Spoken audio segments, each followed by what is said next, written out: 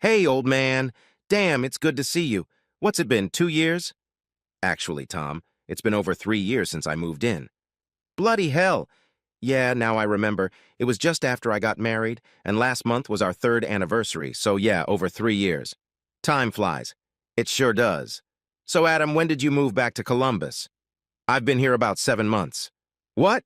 7 months and you're just calling me now? What the hell, man? Well, Tom, you should know that I wasn't crazy about you when I left. Tom faltered. Hey, Adam, I thought we put that behind us. Adam stared at the man he once considered a close friend.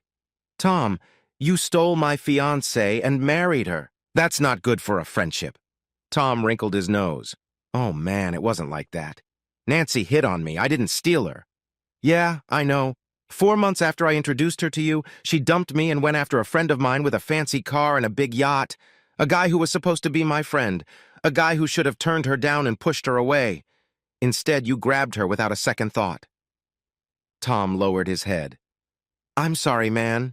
She said you guys were over and asked me not to tell you anything because you'd think I was messing with you. Yeah, well, she just didn't want me to know that she'd already slept with you before she dumped my sorry ass.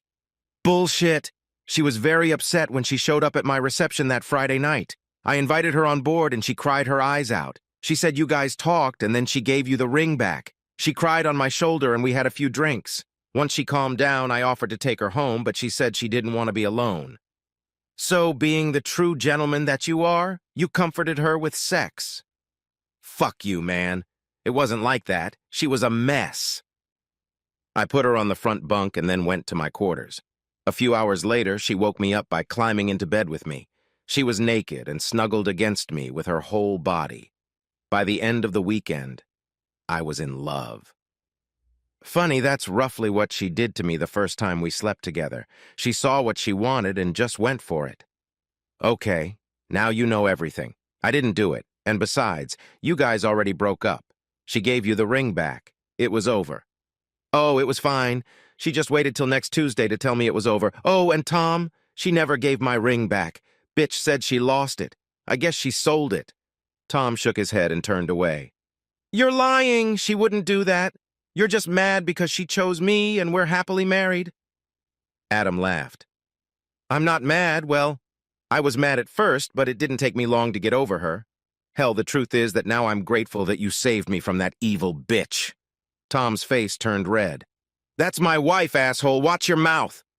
Adam held up his palms placatingly. All right. I didn't come here to fight with you. So why are you here? Like I said, I owe you a debt of gratitude for saving me from that, woman. She only bought me for a $6,000 ring. I have no idea how much your boat is worth. What the hell does that mean? You don't understand. You're just as blind as I was, Adam said, laughing loudly. You're just another sucker she played. Fuck you. Don't call me again.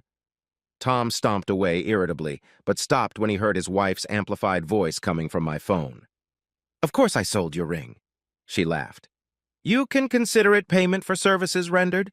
I did catch Tom, and he was oh so easy to deal with. I'll be in it when his daddy dies, and then I'll get the cash and live the life I'm entitled to. I turned off the tape. I saw her leaving the mall a few days ago, walked to her car, and turned on my phone to record. There was no one around us. She couldn't help herself. She had to brag about using me and stealing the ring.